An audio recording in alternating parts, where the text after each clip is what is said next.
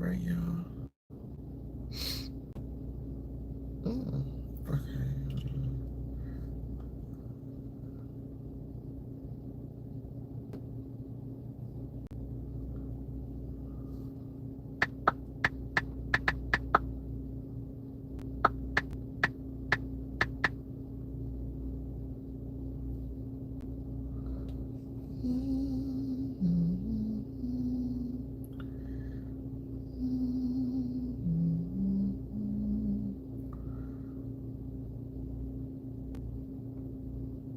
Oh, okay. Y'all, hold on one second.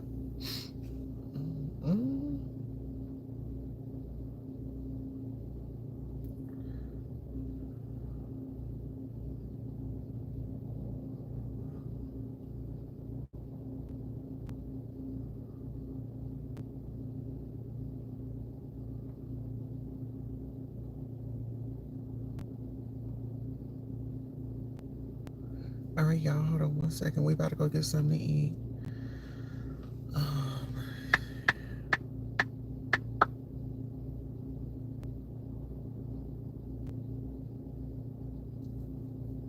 Investigative reporter also covering the courthouse.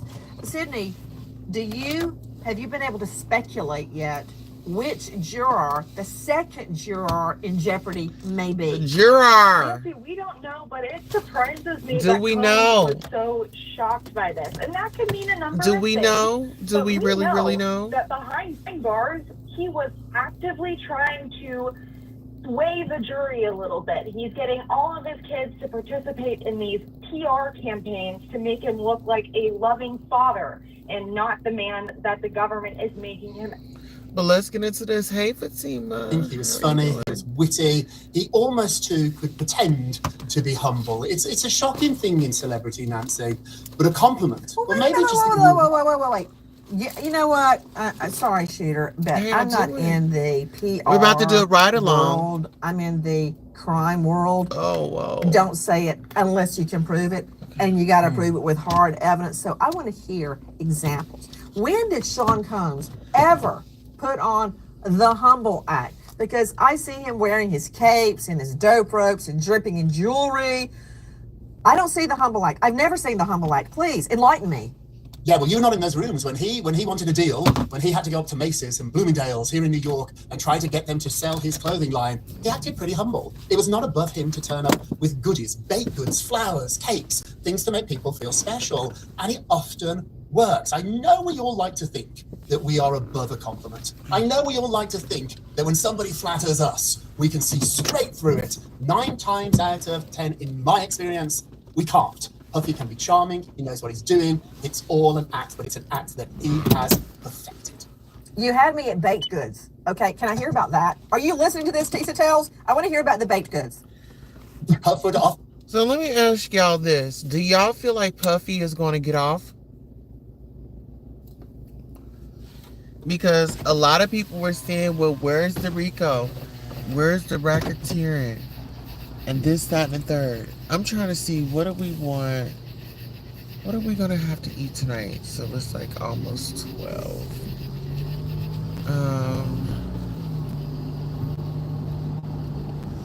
I think I want some Taco Bell.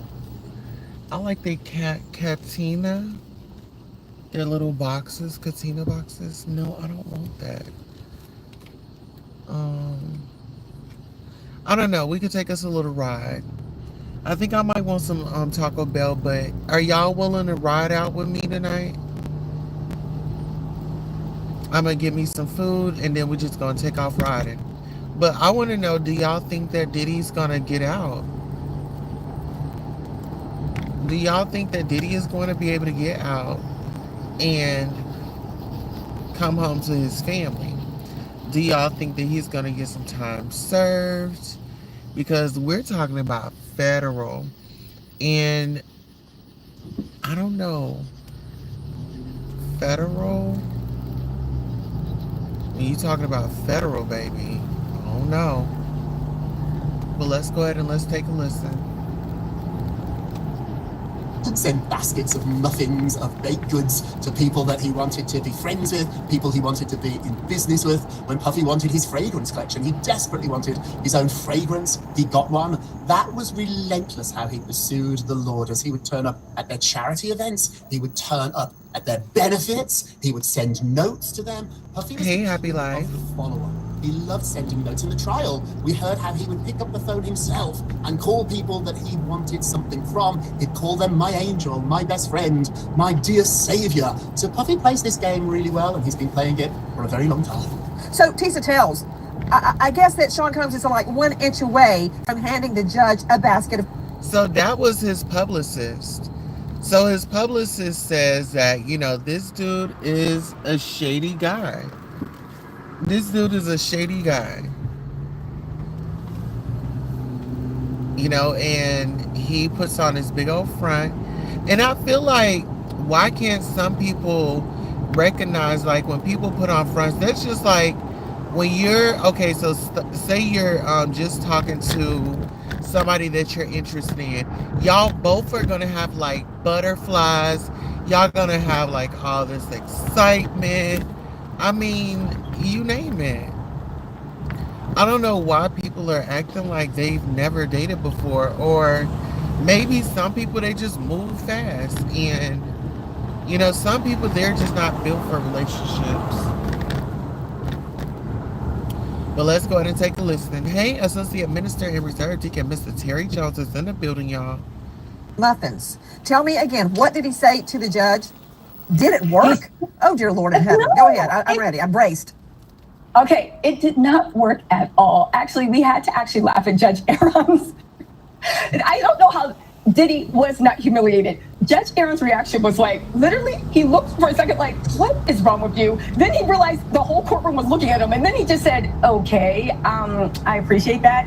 Anyway, moving on.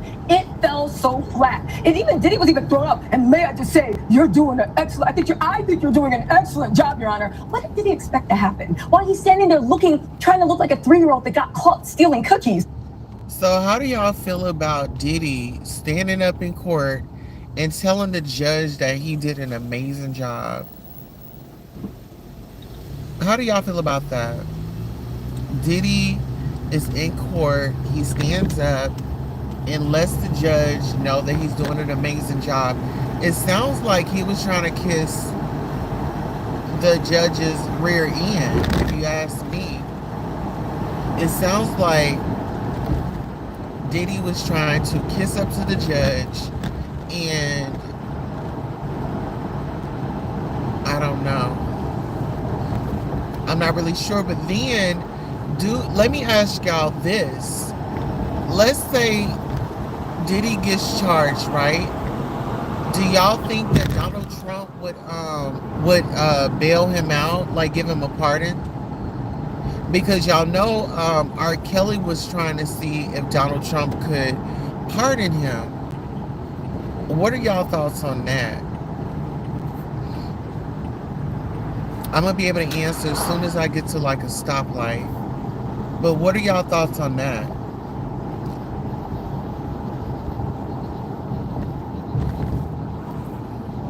So if Diddy gets charged, do y'all think that Donald Trump is going to go and give him a pardon? Because people are saying, well, oh, Diddy has all these celebrity friends, and, you know, him and Trump is cool. Her car is, whoa. You know, I don't know. Okay, let's see. Diddy Lion. Queen Tulsa, thank you for the great voice show. Nope. It will never happen. So y'all don't think that Donald Trump is going to let him out?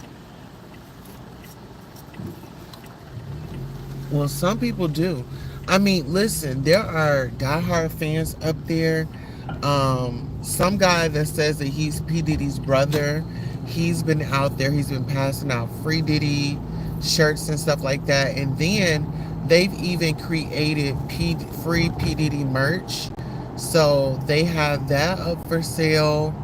How do y'all, let me ask y'all this, do y'all feel like people are victim shaming or victim blaming the people that have come forward, do y'all feel like people are victim shaming or victim blaming the people that have come out and spoken out?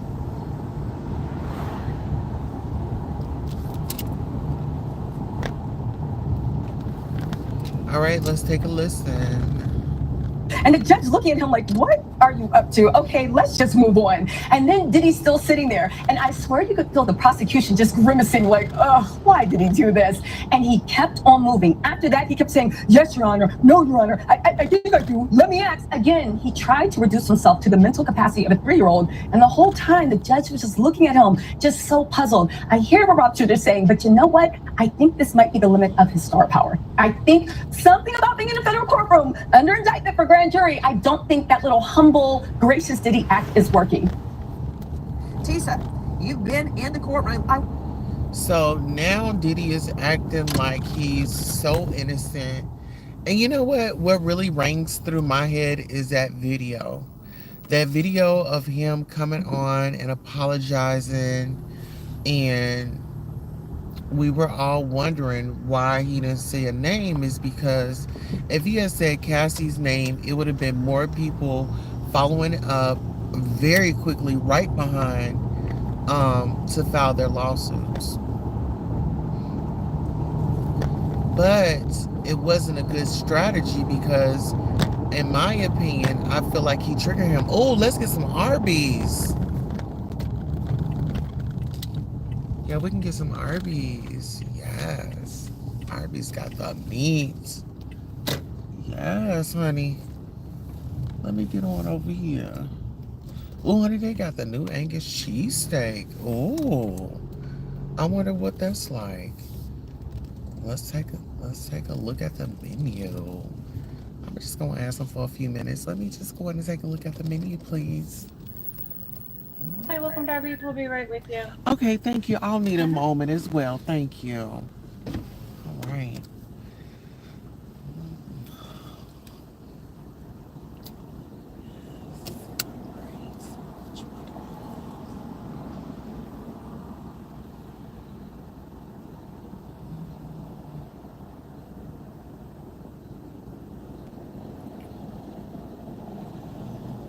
I think I'll do the number 1. Oh, I think I should do. Maybe I should do the double.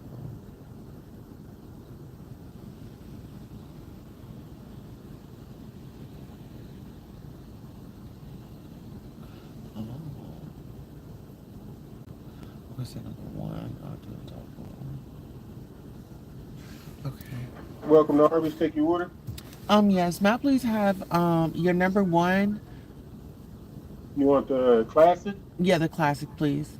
as a meal, As a meal. medium or large, You can make a medium. and for your drink. My drink. What's that? Is that strawberry lemonade?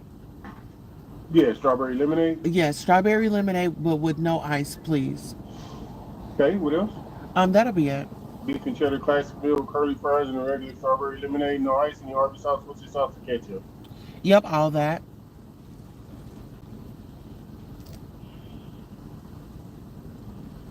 All that. Thank you so much. You're welcome. Makes your total $10.52 at the window. Okay. All right, y'all. This is like my little nighttime. This is what I love to do. If anybody knows me, I love to go out at the nighttime, go get me something to eat. Yep, this is what I love to do. And actually, I'm not even gonna lie to y'all, I gained a few pounds. Believe it or not. Yes, ma'am. Mom done gained a few pounds, honey. And it's good weight, it's happy weight. Oh, please tell me they need for me. $10.52. Okay. Can I pay with my phone? Oh. Am I able to pay with my phone? Yeah. Okay. All right, y'all, hold on.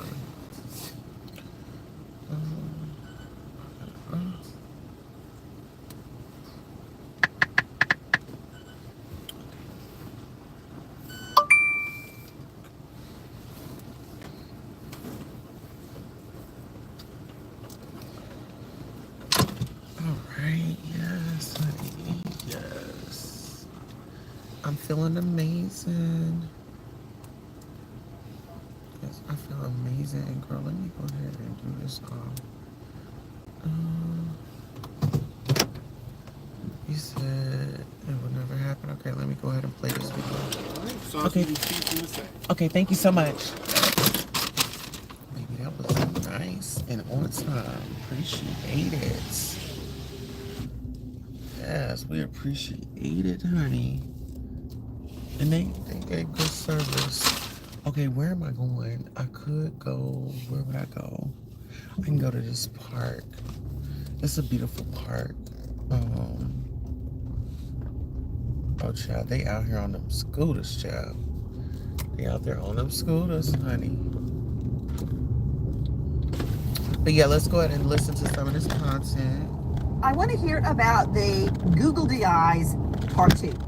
As the defense was putting on their 10-minute case where they were basically reading text messages, he was looking over, trying to act like he was looking at Westmoreland, but he was looking over with this puppy dog / innocent as Google look on this googly eye look on his face that literally just had him look over, and the jury was just looking back. Now, here's the thing. The jury has completely changed from a couple weeks ago. They were not making eye contact with him at all, which made the jury leaving might have been the best moment. It had a chilling effect on the jury. But the second thing that happened, where the googly eyes really hit, is they're trying to ignore the pound puppy eyes, and then all of a sudden, out the blue, the defense says, we rest our case. Half of the jury had their eyes glazed over from reading the text messages. The other half had a look of shock, and it literally took 10 seconds for it to hit. Like, wait, what? What did they say? The jury was absolutely shocked. And it was a nice thing to say. I think in that moment, Diddy's team probably really questioned whether they did the right thing not having any witnesses on the stand. I want to get back to, first of all, I got to talk about everything that you just said because I need to analyze it. I want you to act out the googly eyes. When were the googly eyes? And I'm very concerned that first the jurors won't look at Combs, and now they are looking at him. That's bad for the state. For them to be making a lot of eye contact with the defendant, oh no, that's not good, unless it's a disgusted look. So first of all, tell me about the googly eyes, and please act it out. The googly eyes, he sat there, he did that, again, he's acting the Green Mile too, softened his shoulders, almost like he wanted to melt, looked up, was looking at his defense attorney. He's like, Mommy, Daddy, what's going on? What's going on is you are the devil and you're being held accountable. He looked over at the jury, kind of wanted to have a hangdog expression, and was looking at the corner of his eyes. Of course, he had to be very calculating about it because he's not allowed to look directly at the jury. So he was looking at his defense attorneys that happened to be at his sharp right by the jury. And was just sitting there, looking over, looking confused, as if he wasn't the reason, and we just didn't have to sit through a combined amount of what felt like 40 minutes of freak-off tapes. It literally combined over the last week. It was 40 minutes of hardcore XXX freak-off tape. And now he's sitting there in that yellow sweater, just looking so confused. It was so baffling, but again, I will say one thing, that man has no shame at all. And if he could take an inch, he did it. Again, the jury was not looking at him. They were looking straight. Some jurors were looking at the wall. Some were looking at the judge. Some people were looking at Esteban. I think she was standing up and talking. But again, it was a mixed bag. When they said the defense rests with juror faces, the people that were like, okay, wait, I got to address the Google DIs first. Then I'm going to get to the jurors going, what? Okay, when did the Google DIs happen? When did that happen? The googly eyes happened as they stood up and mounted their 10-minute defense. When they started reading text messages, I think it was 7 to 10 minutes, they started reading random text messages, and everybody thought it was just business as usual. All of a sudden, you saw his shoulders slump. You saw him start to look over at his defense team, who, by the way, the person reading the messages was one row up. So you're looking the wrong way, sir. Which is the first indication that here we go, and scene, action, right? He slumped, he looked over. He looked over, he looked confused, and then he decided to swing his googly eyes to his immediate right and a direct line of jury to his defense attorney looking over there. Again, it was a sight to see. It was pathetic, but hey, if your life's on the line, desperate times call for desperate measures. Shooter, I told you this was going to happen. When it comes right down to it, and the same thing happened with Scott Peterson, the same thing always happens when the defendant is not going to take the stand and they can make sure, like, they're holding me back. I really want to tell the truth, but in this case, he was doing the look in front of the jury. I mean, really? This is going to have to beat I gave up cursing when I had the twins. The crap out of Cassie Ventura. The fat lip. Now listen here, that's the thing that I feel like that the prosecution is going to really drive in. They're going to drive in when he laid hands on her. They're going to drive in when they when it comes to narcotics and things like that, you know, because he still paid for them. There was still a money exchange. There was still a money exchange. You know, he just had a runner. And that's pretty much what it is. I wonder if the prosecution is going to, I guess they're starting from the top and working their way to the bottom. But even with Brandon Paul, I wonder if they're going to,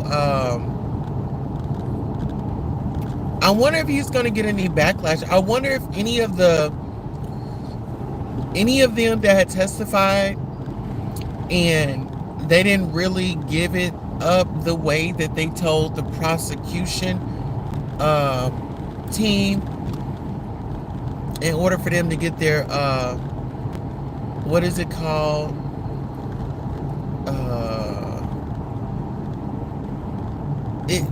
to where they could testify and nothing would be held against them, only if they told immunity, as long as they told the truth. It's called immunity. All right, y'all. They got nightlife over here. They are turned up, honey. Yes. Oh, and this is the park right here. This park is so beautiful. I wonder if...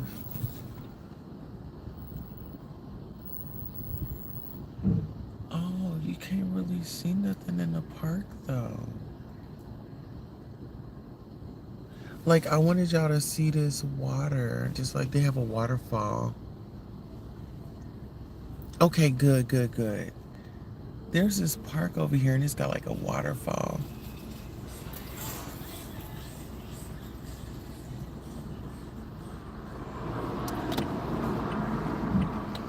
Oh, child, that just ran that red light, honey. I was just gonna pull over here and eat my food, child. It's a cute little park. I mean, yeah, it's very cute, honey. The park is definitely cute, honey. Oh, girl. Nah, I can't see that water. No, ma'am, honey. We coming over here. We don't know what the hell y'all on. No, ma'am, honey. This thing got up out of there, honey. We gonna park right here. Yeah, we gonna park right here. All right, y'all. Let's go ahead and take a listen while I eat my food. Plastic surgery, But let's get into this. I'm saying, like, damn, I guess, it wasn't nothing. It was just what it was. How uncomfortable was Diddy in his presence? So, and I want to address this, right? I go in these interviews and I say, for the first year to 15 months, I did not know who it was. Right. And everybody says, he had to know, and I'm like, yo, of all the things I could lie about, right, to make the juicy story, why would I lie about that? Like, I don't get no credit. It don't make me look better. But it wasn't his energy that was uncomfortable, right? Because nothing seemed like it was advanced towards me, whether I knew who it was or not. Obviously, him walking around in the veil. Right.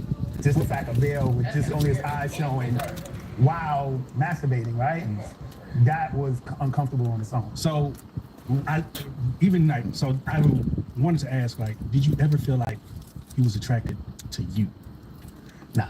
Okay. I really... That's what, because if you be in a certain space, you might feel like, is this nigga looking at me? Like, a weirder energy, not like he might want to whoop me or something, but like, this nigga might be actually liking the vision of me. So, I mean, that's in the back of your mind, right?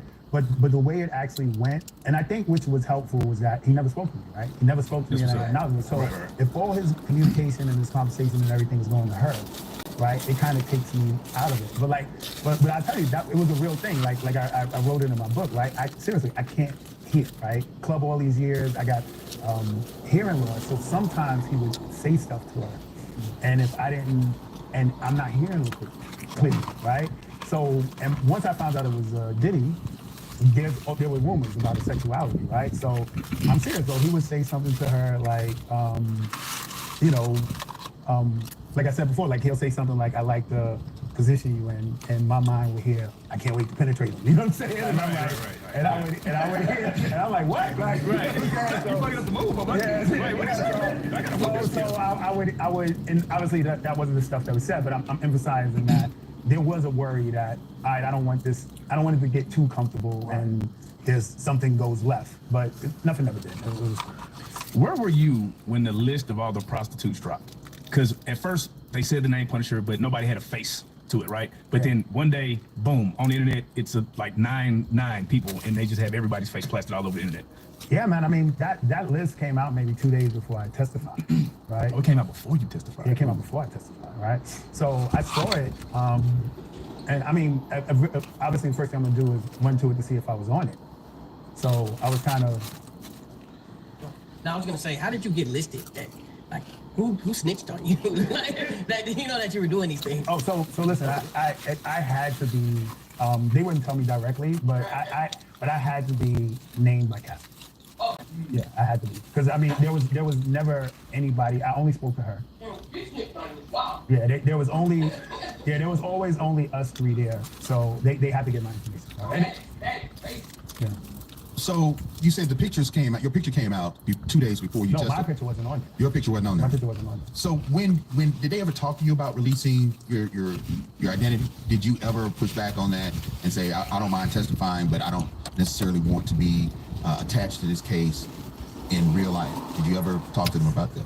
No, I mean, if there was a small conversation where there was a possibility of me testifying, like as a Jane Doe type of thing, right? But it was very brief, right? I didn't push it. To some degree, you don't know what to expect, right? Like who can I talk to that's been a witness in this type of case to give me any type of feedback? So and because I was in denial for so long, if I would even take the stand, I didn't even push to even really consider those type of options, because I never thought I was gonna make it to the stand. So at no point did you consider actually getting an attorney? No, I had an attorney. Oh Jesus! Don't say that person's name. Yeah, I had an attorney. But remember, so when they first asked me about an attorney, I called around to get my own, and because of the magnitude of the case, I was getting like minimum $20,000 retainers. So I wasn't paying that, right? So I took the attorney they gave me. So obviously, you know, I'm not gonna say it was that, but you know, I don't know how well I was represented to my best interest, because I'm taking the public defense. So hold on, you had a court-appointed attorney. Yep. Who did advise you as to using a synonym and not using your name. They didn't advise you on that? Like I said, it was a very brief conversation, but no, there wasn't a full level advisory conversation. No. And there was no follow-up. And when you went to testify, was that attorney there? Yes. And that attorney didn't speak to you prior to you testifying? Well, no, every pre-trial, like, you know, the mock course and all that, he was there for everything. But in terms of the full options, we never explored that as like a huge thing. And again, I think part of it was me, right? Like, for real, man, it really seemed, I was not 100% sure I was gonna testify till I testified on a Tuesday. It was supposed to be on Monday. I wasn't sure till the Saturday before. Did he notify you were gonna testify, or did the government notify you? So it was every time we did like some sort of prep, it was, we'll let you know. We'll let you know, right? Because obviously my testimony was supposed to corroborate Cassie's, right? So I think they were trying to work it out based on what was going on with Cassie. And so what really threw me off, now that I remember, I was told I was I could possibly testify late June, right? Late June. And I think everything got pushed up because Cassie was pregnant. Oh. Right? Yeah. So they were telling me clear my schedule from mid-June to July, like now. So maybe the original plan was she was supposed to be like the finale of this, not the start off with this, but they had to flip everything because she was 8 months pregnant. Right. So my timeline was completely off, you know? So how do y'all feel about this? I mean, when you talk about individuals doing the most, child,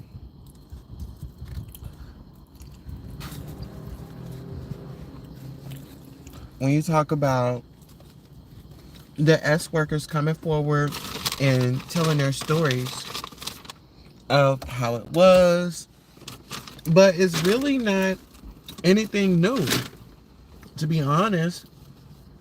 And they're just regurgitating the same information that they told on in court. You know what I'm saying? Like, so them going around on interviews, it's like they're just repeating the same things.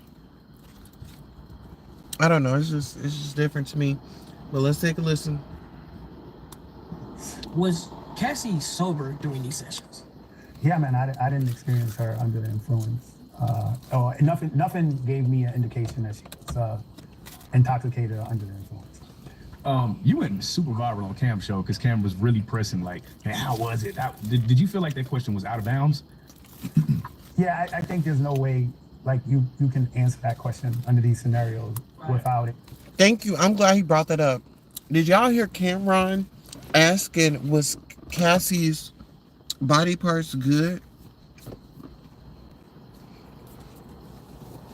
I mean,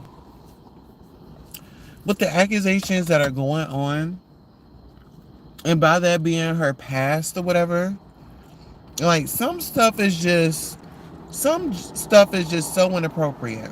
And some people, they just don't think. But he's a man. But by him being a man, does they give him the right to ask that man, so how good was Cassie in the bedroom? I thought it was disturbing. I thought it was nasty. I thought it was disrespectful, if you ask me. This woman is married, and you over here asking another man that he slept with. She wasn't married back then. She lied about being married to Diddy. That was all fake and staged up, but now she's married, and now you out here asking about a married woman's crotch. Being just the wrong thing to do, you know. Like, obviously, I'm sidestepping it, right? Because I understand I'm on a platform, and you know, you got to do what you got to do. You got to ask the questions, but you can't speak about a woman whose experience in front of the world is being abused, right? That's what she's saying her experience was, and then put her in some sort of public eye in that way, in a judgmental way like that is just not the thing to do. So I understand the question. Like, believe it or not, every one of my personal friends ask the same question. You know what I'm saying? You should have told him to ask. You should have. I would have said, go ask her husband. You have to ask her husband that. I don't know. If Cameron had asked me, how was Cassie, or whatever the case may be, and I would have asked him, I would have told him, well, go ask her husband. She's married.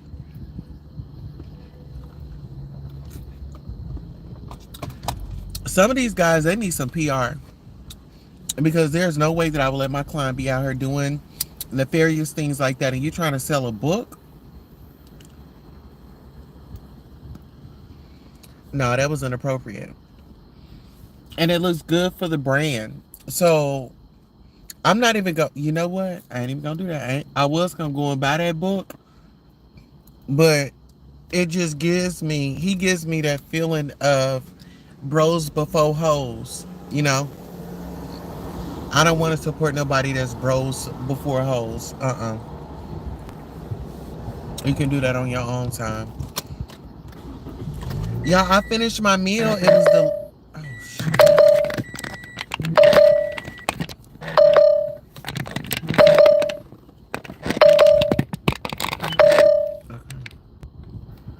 I finished my meal. It was delicious. Sure is. But let's take a listen. We gonna head on home. Do you feel bad that Cassie snitched on you though? Because like, you gotta feel some type of role. I was just chilling. She was giving me the money. It's like the drug dealer. You know what? I don't like that interview style of the interviewer will ask the question and start giving out answers. That really grinds my gears right there, y'all. When an interviewer asks a question and start answering the question for the person. Like, okay, are you asking me? Do you want to answer?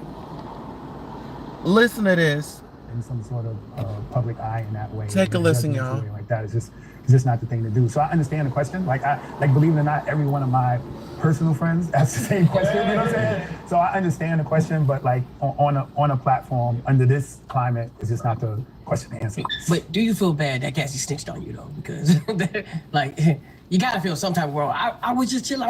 She was giving me the money. It's like the drug dealer, you getting the drug and then the drug dealer snitches on you. So this is what I'm gonna say, right? Under a normal circumstance, you would say snitch, right? But if you've never been in a scenario where the federal government is at your doorstep, right?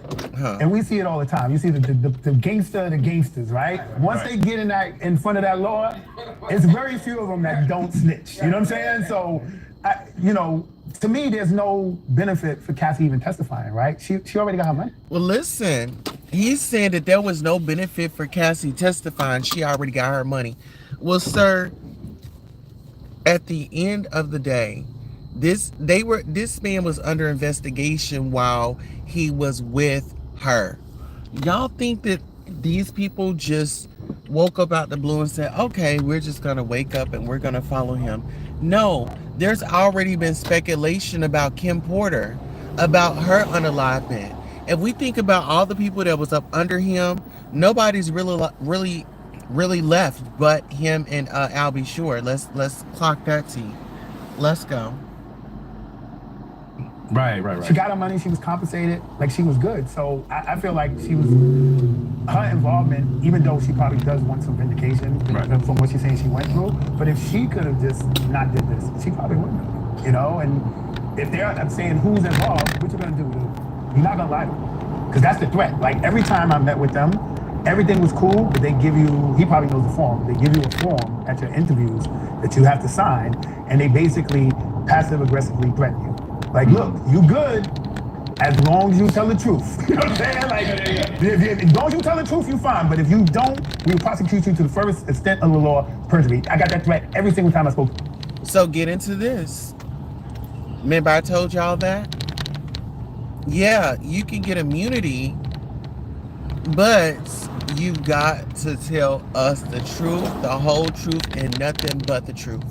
And if they find any lie up in there, the feds will take you down.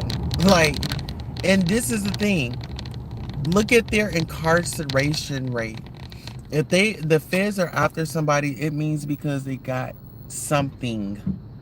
They have got something, and it's not small. And even when we talk about those firearms and things like that at Diddy's house, we don't know how many bodies are on those weapons.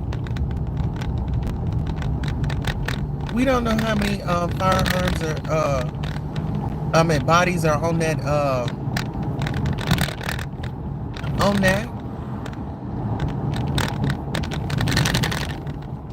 You know what I'm saying? All right, y'all, we're gonna ride the highway. We probably go down like 2 or 3 X's, and then we'll turn around and come on back. How about that? Sit back and ride. Hit that like button. So you're gonna tell the truth. So that proffer agreement that you got. Boom, that's what it's called. And when they put that in front of you, did you have your lawyer there with you? Yep. Did this lawyer say anything? Other than, hey man, how you doing, right? So Ray, how you doing? Not a lot. And honestly, man, like if and I like the dude, so I don't necessarily throw him. That's why I said don't throw him under the bus. But yeah, I am. But I felt like so I experienced this before, right? And this people who listening who hire attorneys, right? You got to really be careful which one you get, because attorneys is a fraternity, right? It's a fraternity to some degree, and you could have an attorney that's your attorney, but if he wants to create a good relationship with the other firm and stuff like that, he may not necessarily be working fully in your interests. And me understanding that, there was a part of me that, yeah, my attorney's looking out for me, but there was a part of me that felt like maybe he wants a relationship with the prosecution, and a lot of the way he would advise me could have been good. And Boz, I'm just going to clarify something for you and for attorneys. There are those of us who really don't give a damn about who's on the other side. We take cases based on either what we believe or if it's just a great financial client. But there are attorneys who will go all to the wall for their clients. And that's what an attorney should do, because we took an oath to protect the Constitution, not to protect a fraternity or a brotherhood or sisterhood or an organization. We said, we're going to give you a constitutionally sound representation. And I'm not going to say anything other than that, because there seems to be a lot of silence in your representation. But I've spoken on this show before about how it is dealing with the feds and how it is going before them and being in that box and having those bright lights and having those questions come at you. The hardest man becomes butter in that box. But I do appreciate your honesty. I want to ask a Joker type question. So has your dating life increased since you testified? Is your DMs blowing up? So that's a long pause. My DMs are blowing up. Are you taking dates? Nah, I'm chilling, man. You chilling? I'm chilling. And so ironically, the DMs that are blowing up crazy is dudes like, how much? Well, listen here. When you talk about that, I know they were using like pill form to get up and things like that. So I don't know. See, I have to take that into consideration too. This dude right here that said, they're asking him questions like, "Are you active? What's going on?" and things like that. He's like, he's just chilling. He's probably all sexed out. You know what I'm saying? He probably just all sexed out. He don't want no more sex for a while. But maybe, if it's for the right price, because now I'm thinking, now that he's getting all this attention, maybe he's a wise guy. So this particular guy, what do they call him? Punisher. He's more of a wise guy. He's not like the Flash guy, like the younger guy. This guy is well thought out. He's actually written a book. Okay. Y'all make sure y'all hit that like button. We on the I'm taking y'all on the night cruise. We gonna get off on this exit and turn around. Okay, we're just doing us a little night cruise. We'll be right back, okay? To my wife, you know what I'm saying? Like, seriously, man. Damn. Yeah. First of all, man, the first thing I go to is a setup. For sure. Right? Because I have steps. So you gotta remember, I did prostitution, right? But there's no statute of limitations. For sure. There's nothing you can do, right? So, but now if I re-engage, and then I got a history that I sidestepped, so it's like, nah, I'm good, man. Right. Family members that didn't know, or maybe knew a little bit, but not to the extent. When all this comes out, like, how does that look in your personal life, your family life? Man, so when you've been a stripper for 30 years, right? Like all of the scrutiny, all of the judgment, all of that stuff, I've already been dealing with it. Okay. Months, right? So you've been the Punisher, like, yeah, nobody just finding out you the Punisher. Yeah, ain't nobody just finding out. And okay. so right now it's just really me. My mom passed away years ago, so it's just me and my dad. And my dad is the type. Yeah. He'll walk in the spot like, yeah, that's my boy. Like, you know what I'm saying? Like he gonna embrace it. So it's not. Have you not had any contact? But have you seen Cassie while all this is going on? And like, have you been viewed? Like, have they kept y'all separated? Like, has a glance been shared between y'all? Nah. So the way it was set up, she testified before me, so she was wrapped. So. Okay. Once she was done, like she's not gonna come back to court or whatever, and I think she had a baby shortly after, so there was no interaction or no me. Do y'all think this Diddy trial pushed Cassie into labor? Do y'all think that the trial sent her into labor? Because when you talk about baby, they said that she was out there. They said, honey, yes. They said, honey, her belly was out there. He said, Queen Tulsa, the audio is much better now. Okay, good. That's yellow journalism. They don't educate, they indoctrinate. Okay. But do y'all think that, this is a case where there are victims in it, and these dudes are out here acting like they won the damn lottery and getting interviewed by everybody. I don't know. It's like, I'm just like, where's the respect? I mean, for heaven's sakes, the woman is married now. You know, it's like, just write a book.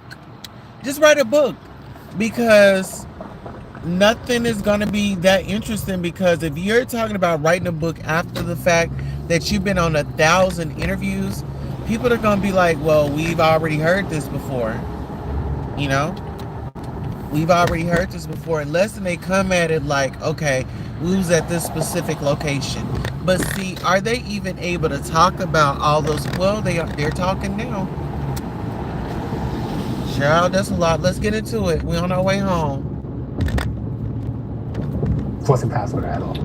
Just like Put your a main seatbelts question. on. Her husband, hearing all of the details, the case, seeing what's going on. If you were in that scenario and this was your wife, and the mother of your children, do you think you could continue to carry on a relationship with her after hearing all this? So I think in her husband's case, right? So I'm gonna speak from any man, right? Yeah. When you meet a woman, you develop a vision of her, right? This is your vision, right? So if you develop that vision of her and then find out after the fact that all this stuff goes on, it's too much, right? But I gotta believe Cassie's husband meeting her as the trainer, where she probably started confiding in him. She probably started confiding in him, right? And then remember, she filed the lawsuit with all this stuff in it way before the trial. So I'm gonna say in his case, he's probably at peace with it because I think he knew beforehand. Yeah, 20 million make you peaceful, don't it? I mean, do you feel like Diddy did anything wrong? I mean, obviously the violence. Besides the violence and him, the abuse, anything else? So I can only speak. Well, see, this is the thing. How are you asking this man, is Diddy not guilty of certain things? Like, first of all, y'all weren't even in the room. Second of all, this man was utilizing his money through his enterprise. It is called a Bad Boy Enterprise. It's an enterprise. Whenever you're using money and you're flying these individuals out, right? You're going on a site that is not a site that you go and pay for SEX, right? You're going on there and you're doing that. So you're violating the rules of the site, right? Then you make, hey, Norris Tony, then you're making complaints about, oh, the guys, they won't perform. They can't perform or something like that. And the lady told her, well, sir, they are there to dance. You know, it's given like the Players Club. But this was consensual because, you know, the individuals that were working and taking the money, there was one dude, he carried a sharp deal in his shoe. So he was armed and ready. He was definitely armed and ready. Yes, ma'am. Let's take a listen. My experience, right? And so what I was involved in, I can't say I've seen anything that is justifiable for him being on trial, right? You know, I don't want to speak because I'll be honest, it's hard to follow the case, right? All you got is that inner city press guy, and you're getting bits and pieces. And I know for a fact, after my own testimony, and then seeing what that guy put out and what people was reported on, it was like 25% of what it was, and most of it was inaccurate. You know, so you got most of public opinion being formulated off of this guy and news outlets, and they're reporting it the way they want to report it, right? They're you know, you got certain news stations and the anchors and stuff that's covering it, they have their opinion, right? Some of them don't like Diddy, so they're gonna frame the details based on how they want that to look. And then you got some people that are. And see, this is my thing. You should take your personal feelings out. If you are covering a story, like, take your feelings out Be unbiased. I know it can be a little challenging, but you have to be unbiased. When it comes to somebody else and their freedom, you got to be unbiased. You got to take yourself up out of it because it's not you, you know? You got to decipher what was right, what was wrong, what crimes were committed. You know? What crimes were committed? And are you helping with that? Are you helping or are you hindering?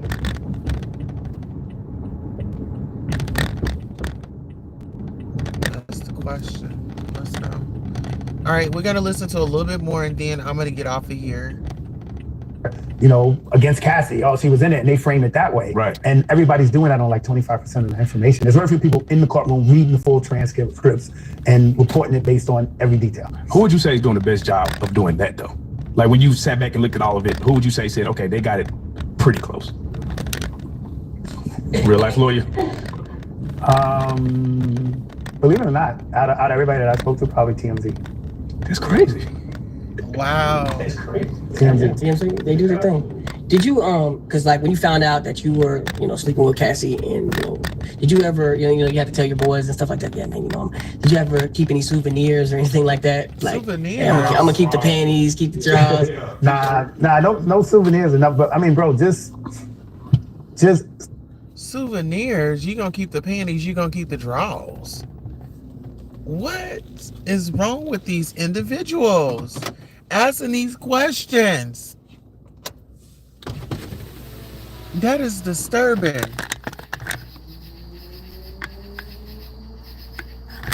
Child, that is disturbing. Okay, boom, there we go. Honey, that is disturbing here. So the only... I'll be in a minute, Cujo. I would say the only silver lining out of this, right, when it first came out for me was, I didn't tell a lot of people, but at the end of the day, I'm talking to dudes and like, yo, you know, I remember over COVID, like everybody stuck in the house and I'm on the phone and I told this circle of dudes from my gym on a group chat that it happened and everybody on the phone was like, oh, word, like whatever. And then when I hung up, it was like, you Captain, get out of here, you know what I'm saying? So the thing about it was when all this came out, like the validity, like, yo, this dude was telling the truth, like all of this stuff really happened. That was kind of like, yeah, it's like, yo, man, like I was keeping it 100. Like if you doubted, if you thought it was something else going on to it, it was really happening. And then the fact that it happened in trial, right? Because I don't want to deal with the speculation of, yeah, did he probably take that? You know what I'm saying? Like, right. Like this is on trial. I'm testified. I was investigated for 11, 12 months. I didn't say a word to the man. I never had any interaction with the man. So it also clears things up for my own like sexuality and rumors and stuff like that. So that's really the only silver lining. I don't got no baby all panties or anything that I took home. But there was a thing where they were saying that he was taking the ejaculation and then rubbing it on his nipples and just wild extra shit. Like, oh Lord. Okay, so we're gonna leave it right there. I just wanted to take you guys on a ride along. I want to thank y'all for riding along with me. For those of you that did hit the like, the share, and subscribe, we really appreciate you. And we'll see you on the next broadcast. And shout out to our royal detail that kept the chat flowing and clean and welcoming everybody. Shout out to Associate Minister of Reserve Deacon Mr. Terry Jones, Norris Tony. I really appreciate you all. I'll see you on the next broadcast.